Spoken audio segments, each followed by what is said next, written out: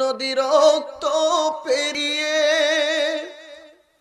বাংলার আকাশে রক্তিম সূর্য আনলে যারা, তোমাদের ঋণ কোনদিন শোধ হবে না, না না না শোধ হবে।